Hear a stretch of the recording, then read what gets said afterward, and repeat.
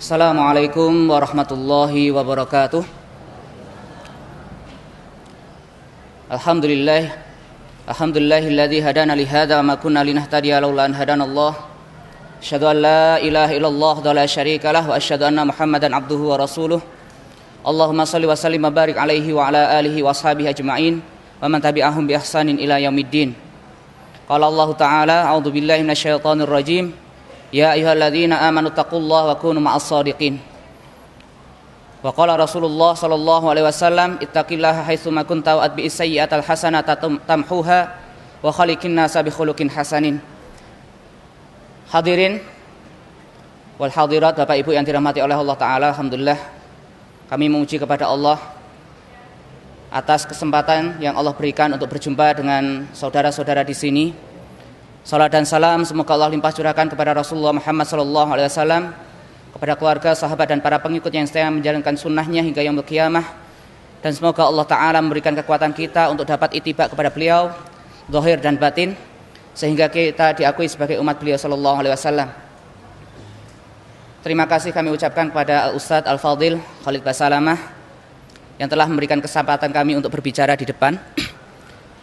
Insyaallah hari ini kita akan berbicara tentang Suriah, apa yang terjadi di sana, apa yang kami lakukan di sana, sehingga mungkin sebagian besar dari kita yang saat ini memandang secara abu-abu tentang peristiwa di Suriah menjadi tercerahkan. Perkenalkan, nama saya Ihsanul Faruqi, merupakan relawan dari misi medis Suriah. Alhamdulillah kemarin saya diberikan kesempatan oleh Allah Ta'ala berada setahun di bumi Syam dan mengerjakan proyek-proyek kemanusiaan yang ada di sana. Sebelumnya saya ungkapkan agar kita jelas dalam memandang peristiwa Suriah ini, tidak samar, karena banyak terdengar di telinga kami masyarakat yang menilai bahasanya di Suriah itu yang terjadi adalah peperangan saudara, peperangan perebutan kekuasaan, pembunuhan antara Islam dengan Islam, sehingga masyarakat jadi agak acuh dengan ada yang di Suriah ini. Padahal Bapak Ibu yang dirahmati oleh Allah Ta'ala, selama 5 tahun terakhir peristiwa Suriah ini, lebih dari 300.000 ahlus sunnah itu sudah gugur. 300.000 ahlus sunnah dalam 5 tahun ini sudah gugur, dibunuh oleh Syiah Nusairiyah dan bala tentaranya. 300.000 bukan angka yang kecil. Bahkan angka ini jauh lebih banyak berlipat-lipat daripada apa yang terjadi di Palestina. Bukan berarti kita mengecilkan darah kaum muslimin. Palestina yang sekian puluh tahun dijajah oleh Yahudi, korbannya belum mencapai 100.000 jiwa. Tetapi 5 tahun di Suriah, lebih dari 300.000 ahlus sunnah sudah meregang nyawa. Dalam 2 hari kemarin di Ghouta Syarqiyah, 2 hari pemerintah rezim Nusairiyah menjatuhkan bom kimia, dalam 2 hari membunuh 2.500 ahlus sunnah. Di Banias, di Provinsi Latakia yang kami tempati, dalam 1 hari orang Syiah Nusairiyah membunuh ahlus sunnah dengan pisau tajam, disembelih 1.000 orang meninggal. Tetapi banyak kita yang tidak mau tahu. Saya jelaskan bahwasanya sekarang yang berkuasa di Suriah itu bukanlah sunnah, bukanlah orang Islam. Bashar al-Assad, presiden sekarang, itu adalah pemeluk agama Syiah Nusairiyah. Apa itu Syiah Nusairiyah? Di dalam kitab Mausu'ah Muyassarah fil Adyan, Syiah Nusairiyah itu merupakan sebuah sekte yang dibentuk di masa 4 Hijriyah oleh seorang yang bernama Muhammad bin Nusair, merupakan pecahan daripada sekte Syiah. Syiah pecah menjadi banyak sekte, dan Nusairiyah ini menjadi salah satu sekte yang paling sesat di antara Syiah. Maka dikatakan Ibnu Taimiyah rahimahullah ta'ala dalam kitab yang sama, bahkan mereka Syiah Nusairiyah lebih kafir daripada Yahudi dan Nasrani, karena mereka meyakini dalam akidahnya bahwasanya Allah itu adalah Ali dan Ali adalah Allah. Mereka tidak meyakini sholat, tidak meyakini zakat, tidak meyakini haji. Mereka punya syariat sendiri, dan saat ini mereka lah yang berkuasa di Suriah. Dan sebelumnya Bapak Ibu yang dirahmati oleh Allah Ta'ala, peristiwa Suriah ini bukan hanya terjadi 5 tahun terakhir. Di awal tahun 80, bapaknya Bashar al-Assad, Hafiz al-Assad, laknatullah alaihi fi qabri, semoga Allah melaknatnya di dalam kuburnya, telah membantai ahlu sunnah dalam 1 bulan lebih dari 40.000 di provinsi Hama. Dan kenapa kita harus peduli terhadap Suriah? Terhadap Suriah, saya akan katakan ini sesuai dengan, saya akan berikan sabda-sabda Rasulullah SAW yang berkaitan tentang Suriah ini. Kenapa kita harus peduli? Rasulullah SAW bersabda, "Idza fasada ahlus Syami fala khaira fikum." Jika penduduk Syam itu rusak, maka tidak ada kebaikan untuk kalian. Itu menjadi barometer. Ketika ahlus Syam, di mana Suriah di dalamnya itu rusak, maka tidak ada kebaikan untuk kalian semua orang muslimin. Dan hari ini kita tahu Bapak Ibu, kita berada di zaman fitnah, di akhir ujung dunia, di mana tanda-tanda kiamat sudah hadir, di mana maksiat merajalela. Dan tahukah Bapak Ibu, ketika maksiat merajalela, di manakah patokan iman itu berada? Maka Rasulullah sallallahu alaihi wasallam bersabda, "Fal imanu idza waqa'atil fitanu bisyami." Dan iman itu ketika terjadi fitnah merajalela, maka iman itu tempatnya di Syam. Tempatnya itu di Syam. Dan dikatakan dalam hadis yang lain, "Alaika bisyam, alaika bizaman." Waktu itu Rasul mengatakan, kalian wajib, saya siru jundun mujannadah, satakununa jundun mujannadah. Kalian akan menjadi pasukan berlapis-lapis. Alaika bisyam, alaika bizaman, alaika biyaman. Kalian akan menjadi pasukan berlapis-lapis. Wajib kalian berada di Yaman atau di Syam. Maka salah seorang sahabat mengatakan, "Khirli ya Rasulullah, pilihkan untukku wahai Rasul, alaika bisyam." Kalian wajib di Syam. Di sanalah nanti tonggak sejarah akan berubah. Di sanalah yang disebut gerbang Malhamah Kubro. Perang dunia terakhir itu bermula dari Suriah. Kalau saat ini kita peduli dengan Palestina Bapak Ibu, kita peduli dengan Palestina dijajah oleh Yahudi, ketahuilah Palestina selamanya tidak akan bebas sebelum Suriah itu dibebaskan. Itulah. Dan di sanalah nanti Dajjal akan dikejar dan dibunuh di Yerusalem, di Babulut. Di sanalah Imam Mahdi akan berperang nanti. Di sanalah Isa akan turun di Al-Manarah Al-Bayda, di Menara Putih, tempatnya di Damaskus. Di sanalah yang dikatakan Fustatul Muslimin, benteng terakhir umat ini. Ini kita berbicara tentang akidah, berbicara tentang nubuah. Dan hari ini siapapun orang yang tidak peduli terhadap Syam, maka dia perlu dipertanyakan. Karena di sanalah adanya kelompok yang dijanjikan oleh Allah dan Rasulnya, kelompok yang akan memenangkan agama ini. La tazalu min ummati dhahirina 'alal haqqi hatta taqumas sa'ah. La yadurru man khalafahum man khadalahum. Akan senantiasa ada kelompok dari umatku yang akan tegak di atas kebenaran hingga datangnya hari kiamat. Tidak akan memberikan mudarat kepada mereka, orang yang mengucilkan mereka dan orang-orang yang menyingkirkan mereka. Hatta taqumas sa'ah, hingga datangnya hari kiamat. Wa qala Mu'ad, berkata sahabat Mu'ad, hum ahlus Syam, merekalah orang-orang Syam. Bisa ini di Indonesia semuanya sesat, semuanya kafir, tapi di Syam tidak mungkin terjadi karena di sana kelompok kebenaran itu terjamin. Ini tentang hadis Rasulullah. Sekarang kita berbicara di tempat yang lain. Rasulullah SAW juga bersabda, "Tuba li Syam, tuba li Syam, tuba li Syam." Beruntunglah orang Syam itu. Beruntung orang Syam itu. Salah seorang sahabat mengatakan, bertanya, "Bi ayyi dzalika ya Rasulullah?" Karena apa wahai Rasul? "Li'anna malaikatur rahman basitatun ajrini hatta 'alaiha." Wahai Rasul, kenapa penduduk Syam ini beruntung? Karena malaikat Ar-Rahman membentangkan sayapnya di atasnya. Negara ini dijamin Bapak Ibu, dijamin kebaikannya. Tetapi kita melihat, mungkin kita akan bertanya saat ini, bagaimana mungkin sebuah negeri yang dijamin keberkahan oleh Allah dan Rasulnya sekarang tumpah darahnya, 300.000 orang dibantai di mana-mana? Bagaimana mungkin? Akal kita akan mengatakan negara yang didoakan oleh Rasul, bagaimana terjadi seperti itu? Kenapa kok tidak Norwegia atau Swedia atau Swiss, negara yang GMP-nya lebih tinggi, tidak ada perang di sana? Inilah kalau kita berbicara dalam ranah keimanan, tidak seperti logika kita. Mungkin kita melihat kasihan sekali mereka. Tetapi itulah yang memang harus Allah lakukan kepada penduduk Syam. Karena selama 40 tahun penduduk Syam ini berada di bawah tirani kekufuran, yaitu Syiah Nusairiyah. Mereka dijauhkan daripada din. Walaupun hidupnya tenteram, sejahtera, kalau akidahnya diinjak-injak, apa ini dikatakan baik? Tidak. Karena itulah Allah, karena sudah Allah jamin ini kebaikan untuk penduduk Syam, Allah takdirkan namanya jihad fi sabilillah di sana. Kami alhamdulillah 3 tahun terakhir kami beroperasi di sana dengan teman-teman untuk melakukan kegiatan-kegiatan di sana. Seandainya ada infokus atau layar lebar, kalau kita melihat sakit sekali di sana itu, bukan hanya disembelih, bukan hanya dirudal, bukan hanya diroket, bukan hanya ditembaki, di Maldoya, saudara kita ribuan Ahlus Sunnah diblokade, bantuan satu pun tidak bisa masuk, sehingga anak-anak kita di sana dibuat mati secara perlahan, mati pelan-pelan dalam keadaan kelaparan.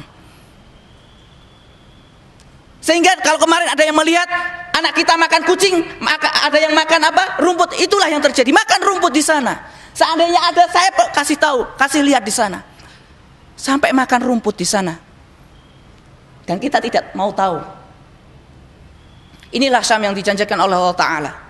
Tempatnya, kalau kita insya Allah orang di sini kan sudah kenal ngaji, kan kenal sunnah. Pasti di dalam hatinya merindukan as-sohbah al-islamiyah al-alamiyah. Kebangkitan Islam secara global. Kebangkitan itu dari sana, dari Syam, sehingga kemenangan nanti dikatakan perkara ini akan masuk kepada semua rumah yang diterangi matahari. Itu bermulanya dari Syam sana, bukan dari Indonesia. Apa yang kami lakukan di sana Bapak Ibu? Pertama, kenalkan nama lembaga kami, Misi Medis Suriah. Nanti silahkan yang punya Facebook diambil informasinya, Misi Medis Suriah di sana, kegiatan kami di sana. Pertama kali kami di sana adalah untuk ngurusi rumah sakit lapangan, mendatangkan dokter di sana. Karena banyak rakyat sipil mujahidin ini terluka. Kita buat rumah sakit lapangan. Tetapi ternyata dalam perjalanan waktu, bukan hanya orang sakit di sana masalahnya, orang kelaparan, orang kedinginan ketika winter, ketika musim dingin, orang anak-anak putus sekolah. Akhirnya kita membuat program yang banyak di sana. Alhamdulillah hingga detik ini kurang lebih 30 miliar sudah kami salurkan di sana dari lembaga kami. Apa saja? Namanya Misi Medis. Sekarang kami membuat ma'had Quran, ma'had penghafal Quran yang pertama dari Indonesia untuk rakyat Suriah. Dan selama 1 tahun lebih kami telah membuka pabrik roti. 2 pabrik roti kami operasikan karena orang-orang kelaparan, tidak ada roti di sana. Waktu itu mereka mengatakan, ya akhi, kami kelaparan, bisa tidak kami dibantu? Kami bingung karena kami cuma ngurusi medis. Karena ongkos operasional sebulan itu $15.000. Sementara kami lembaga kecil. Saya katakan kepada pimpinan, gimana ini orang-orang sudah kelaparan ini, mujahidin kelaparan, orang sipil kelaparan. Bismillah. Akhirnya dengan izin Allah 1 tahun lebih kita memberi makan orang-orang di sana termasuk mujahidin. Kenapa? Masya Allah saya katakan dari dana para muhsinin yang dimakan oleh orang-orang yang ribat, orang yang jihad. Maka saya katakan, insya Allah saya katakan sebagaimana yang Rasulullah SAW sabdakan, man jahaza ghazian faqad ghaza. Siapapun orang yang membekali orang yang berjihad di jalan Allah, dia dicatat amalan jihad fisabilillah. Berat di sana. Orang dijauhkan dari din, orang dibunuhi. Bagaimana tidak Bapak Ibu? Ini saya katakan, saya malam itu saya menggendong seorang anak kecil, saya timang-timang. Saya timang-timang bermain itu ke tempat kita, saya timang-timang, saya ajak main. Paginya datang ke klinik kita dalam keadaan kepala terbelah, otak berhamburan karena terkena bom. Seorang anak kecil dilihat di depan mata saya. Hari ini saya rangkulan dengan seorang kawan di sana, besok kepalanya sudah tembus terkena tembakan sniper di sana. Dan di sana dihujani bom. Seandainya tahu bom itu seperti apa, masjid ini 2 atau 3 lantai, 1 bom itu cukup untuk menghancurkan sampai ke basement, lantai bawah. Sementara waktu itu Ramadan, saya hitung dalam 1 bulan kurang lebih 650 bom dijatuhkan ke tempat kami. Di Halab, di kota Aleppo, 1 hari 100, kalikan 1 bulan 3.000 bom. 1 bom menghancurkan 3 lantai sampai ke basement. Itu yang terjadi sampai saat ini. Dan mereka sekarang apa? Dibantu oleh kaum Majusi dari Syiah Iran. Syiah Irak datang, Syiah Yaman datang, Syiah Afghanistan datang, orang komunis datang. Amerika datang, semuanya membunuh Ahlus Syam. Dan kita di sini mengatakan tidak ada apa-apa terjadi di sana. Wallahi saya katakan, darah mereka yang tertumpah bagi orang yang tahu, tapi tidak melakukan pembelaan, akan sangat berat di hadapan Allah Ta'ala. Saya katakan, kenapa kita harus membantu? Saya berikan alasan. Kenapa kita membantu Ahlus Syam? Saya berikan cerita. Demi Allah, wahai ummahat, para bapak-bapak ataupun kakak-kakak di sini punya murid, ceritakan kepada mereka kenapa kita harus membantu Ahlus Syam. Saya datang ke sebuah masjid. Waktu itu kita ingin membenahi sound system di sana. Dari balik masjid ada suara anak-anak mengaji. Anak-anak mengaji. Saya tanya sama seorang ikhwan di sana, "Afan akhi itu siapa?" Anak-anak sedang mengaji. Ikhwan ini kemudian menyambung cerita, "Ya akhi, antum tahu? Kamu tahu siapa yang ngajar anak-anak itu?" Afan, anak nggak tahu. Itu seorang ummahat, seorang ibu yang suaminya di awal medan jihad syahid. Dan kemarin baru saja anaknya usia 14 tahun berangkat ke medan jihad. Anaknya ini menginjak ranjau, meledak ranjaunya, terburai badannya. Maka ketika datang seorang ikhwah datang kepada ibunya ini, "Wahai ibunda, wahai bibi, ada berita untukmu." "Berita apa?" "Anakmu di medan pertempuran menginjak ranjau dan meninggal." Ibu ini mengatakan apa? Seorang janda ini, "Alhamdulillah, Allah telah menerima anakku sebagai seorang syahid." Apakah tidak layak mereka dibantu, Bapak Ibu? Kalau kurang lagi saya katakan, saya tidak akan berpanjang di sini. Hari itu kami dengan teman-teman, kami biasa ke kamp pengungsian. Ke kamp pengungsian untuk melakukan apa? Pengobatan kepada anak-anak di sana atau penghuni di sana. Waktu itu kami mendapat jadwal di perbatasan Turki, masih masuk Suriah. Namanya camp itu ada camp pengungsian Ummahatul Mukminin, di mana yang tinggal di situ semuanya adalah janda syuhada. Semua suaminya itu syahid di medan jihad. Mereka tinggal di camp-camp pengungsian, keadaan lapar, mereka kesehatannya sudah kacau semuanya. Kami datang ke situ. Kalau kami datang, itu kita punya tim dokter masuk kan di camp pengungsian, saya tidak masuk. Saya berada di luar. Dan kebiasaan saya kalau ke sana, saya bawa tas ransel paling besar itu, yang ukuran 15 kilo. Saya datang ke sana, saya penuhi itu semua dengan biskuit atau dengan kue. Karena anak-anak camp kan banyak sekali. Untuk sekedar menghibur mereka. Ketika datang saya kumpulkan, "Ayo anak-anak, ayuhal atfal, ta'alu huna. Ayo, kumpul sini sama paman. Paman ingin mendengar satu-satu dari kalian yang bisa menghafal Al-Quran, saya berikan biskuit ini. Yang bisa menghafal hadis satu, saya berikan biskuit ini." Mereka mulai, hafalan surat ini, hafalan surat itu. Mereka saya berikan. Sebenarnya sih, apa sih arti biskuit satu paling 2.000 di sini. Hanya bisa menyeka air mata mereka itu sesaat. Tapi paling tidak saya bisa melihat mereka tersenyum. "Ayo yang bisa hafalan Quran ke sini." Mereka hafalan Quran, mereka hafalan hadis. Kadang saya ajak nyanyi bersama, "Ayo bernasihat sama paman." Waktu itu saya menghafal nasihat-nasihat anak kecil Arab. "Ayo bernyanyi sama paman." Mereka bernyanyi. Hari itu anak-anak kan sudah selesai, kita mau pulang. Saya kemas-kemas di mobil itu. Ketika saya kemas-kemas, datang 3 anak kecil perempuan 3 anak kecil ini usia kelas 3 SD. Dia datang menghadap saya itu dalam keadaan menunduk-nunduk mukanya. Ahlus Syam, Bapak Ibu yang dirahmati Allah, perempuannya Masya Allah menjaga diri. Kalau ketemu lelaki itu langsung dia mengambil jalan lain. Kalau tidak sengaja itu terlihat kita berpapasan itu melempar muka di sana. Masya Allah, orang Syam di situ. Muruahnya luar biasa. Si anak kecil ini kan datang kepada saya. "Assalamualaikum." Saya jawab, "Waalaikumsalam warahmatullah." "Dek," saya katakan, "Dik, ada apa?" Mereka diam, malu itu diam. Mereka saling sikut-sikutan. "Udah kamu saja, kamu yang ngomong. Kamu saja yang ngomong. Kamu, ada apa ini? Ada yang bisa paman bantu?" Ini anak-anak yatim tadi kan. Tadi belum dapat biskuit kan, masih ada sisa. "Nih, kalau ada yang belum dapat biskuit nih, paman masih ada nih, saya kasih nih." "Oh tidak paman, kami sudah dapat biskuit tadi, sudah ambil."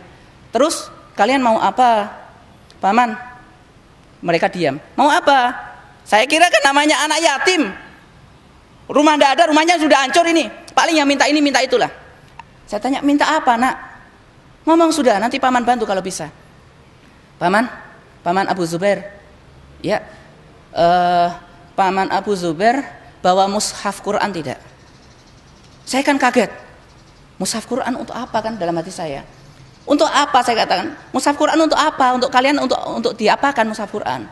Masya Allah, dengarkan baik-baik wahai ummahat, wahai para bapak. Mereka anak-anak yatim ini mengatakan, "Paman Abu Zubair, demi Allah kami itu ingin sekali menghafal Quran, tapi di kamp pengungsian tidak ada Al-Quran di sana.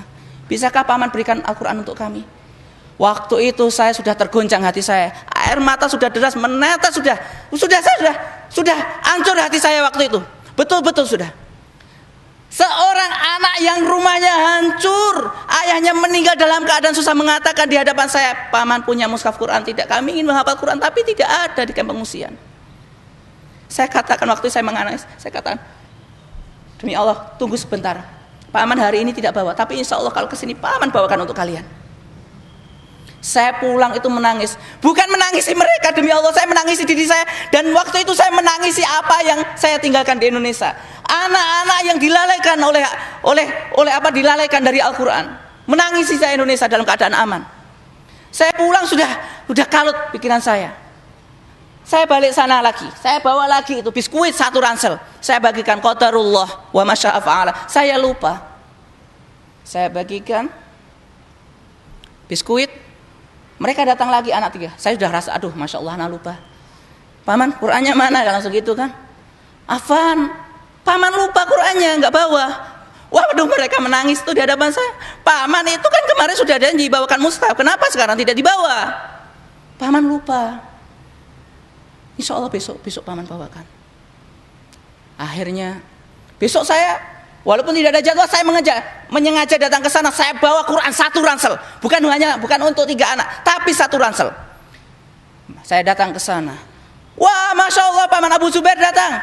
Saya bawakan. Ya, kalau kemarin minta mushaf siapa? Mereka berbondong-bondong. Saya berikan mushaf. Masya Allah, wajahnya mereka bergembira. Dan tahu siapa yang paling bergembira? Saya. Bapak Ibu yang dirahmati Allah Ta'ala. Di sana anak itu menghafal Quran itu dalam taruhan nyawa, Bapak Ibu. Demi Allah dalam taruhan nyawa. Gak percaya? Di samping markas kami, di samping klinik kami, di sebuah desa, sore-sore, anak-anak kecil ini kan menghafal Quran di masjid seperti ini. Menghafal Quran. Kurang ajarnya rezim Syiah itu, didatangkan itu helikopter, dijatuhi bom Birmil. Meledak di samping masjid, hancur kaca itu. Anak-anak terpental, terkena kaca, mereka berdarah-darah waktu menghafal Quran. Alhamdulillah waktu itu tidak ada yang meninggal, cuma karena kena sampingnya. Tetapi bulan Sya'ban kemarin di Dar'a, puluhan anak menghafal Quran. Sedang mereka menghafal Quran dalam halaqah, rezim laknat ini mereka meluncurkan rudal jelajah dalam jarak sekian kilo tanpa ada muqaddimah, tidak ada suara, dihancurkan masjid itu. 23 anak langsung syahid waktu menghafal Quran. Saya katakan, di sana itu anak-anak kita menghafal Quran itu betul-betul dalam tumpahan darah. Mereka itu menebus semuanya itu, 1 ayat itu 1 nyawa, saya katakan di sana. Dan di hadapan mata saya, Masya Allah, anak-anak di sana loh, semangatnya luar biasa. Sehingga kami kemarin, kalau seperti ini, kita akan membuat ma'had untuk mereka, untuk anak-anak ini. Alhamdulillah kita sudah buat ma'had, sudah berdiri. Ma'had kita namanya Ma'had Khalid bin Walid. Bagaimana tidak kita ingin membuat ma'had? Saya tanya anak-anak ini di sebuah ma'had binaan kita 1.500 anak santri. Mereka menghafal Quran, belajar ilmu din. Saya tanya ini, saya pegang pundaknya, saya rangkul tuh. Ya akhi, anak kecil.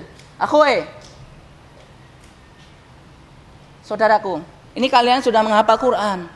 Kalau sudah selesai, apa yang akan kalian lakukan di sana? Setelah ini apa yang akan kalian lakukan? Mereka dengan tegas mengatakan dengan Masya Allah, betul-betul wajah kesatria mereka mengatakan, sanujahidu hatta nastazid. Kalau kami sudah menghafal Quran selesai ini, kami akan berjihad di jalan Allah sampai kami syahid. Wallahi di sanalah kita harus belajar, Bapak Ibu. Seorang ibu mengatakan, saya itu waktu nangis seorang ikhwan kita tertembus kepalanya mati. Saya menangis di hadapan bapaknya, sabar ya Pak. Beliau tepuk pundak saya ditepuk. Beliau tersenyum mengatakan, ya dia tetap menangis karena kasih sayang seorang ayah. Tapi beliau tersenyum menepuk pundak saya.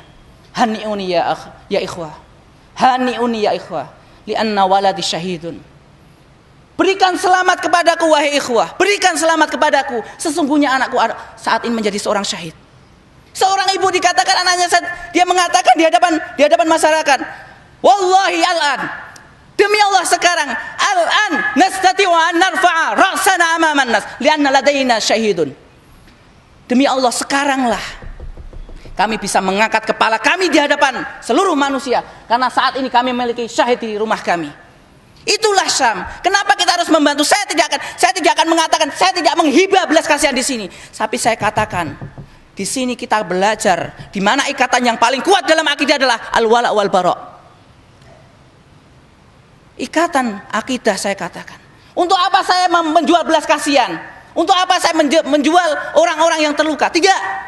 Karena saya berbicara bukan di hadapan orang komunis, bukan di hadapan orang ateis. Karena untuk Suriah cukup menjadi manusia untuk kasihan itu. Jadi orang ateis saja cukup kasihan kalau dia masih manusia.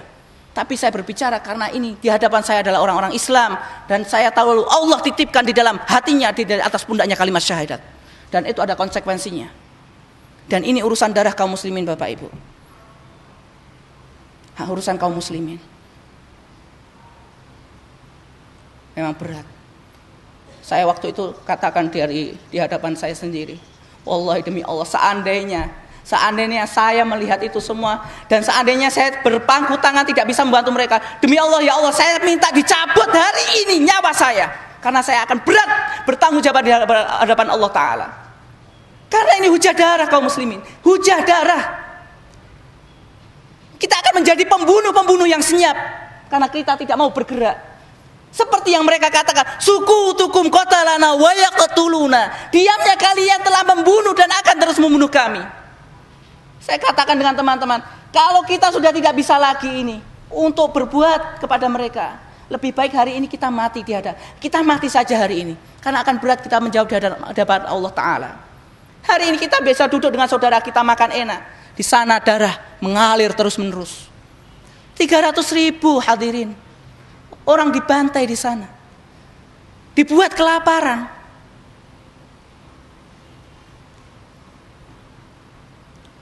Ini saya sudah sampaikan, saya sudah sampaikan apa yang kami dapatkan di sana. Silahkan bagi antum yang merasa memang ingin berbagi, silahkan melalui lembaga apapun yang antum percayai untuk bisa menyalurkan bantuan antum di sana. Paling tidak itu bisa menjadi hujah di hadapan Allah Ta'ala. Kalau melalui kami ya silahkan melalui kami, tapi silahkan untuk yang lebih percaya kepada lembaga lain, pakai lembaga lain, tidak apa-apa. Sebenarnya saya ingin berbicara banyak tentang Suriah. Saya akan berbicara bagaimana Syiah menguasai negara Suriah. Saya ingin berbicara ISIS itu apa. Tapi hari ini mungkin tidak akan banyak yang saya sampaikan, karena waktu amatlah singkat. Insya Allah mudah-mudahan biidznillah, semoga Allah memberikan kesempatan kita untuk berbicara lebih panjang. Kita akan bertanya jawab tentang Suriah ini.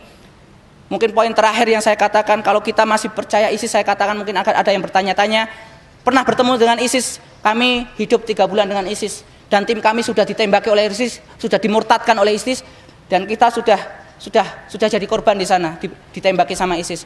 Dan mereka adalah kelompok takfiri ekstrim di sana. Itu kesimpulan dan penutup dari kami. Itulah yang bertanya-tanya tentang ISIS. Wallahu ta'ala a'lam bishawab. Aqulu qouli hadza astaghfirullah innahu wal ghafurur rahim. Silakan untuk informasi lanjut di Misi Medis Suriah, semua tentang kegiatan kami ada di sana semuanya. Afdal. Oke, saya kembalikan kepada panitia. Silakan.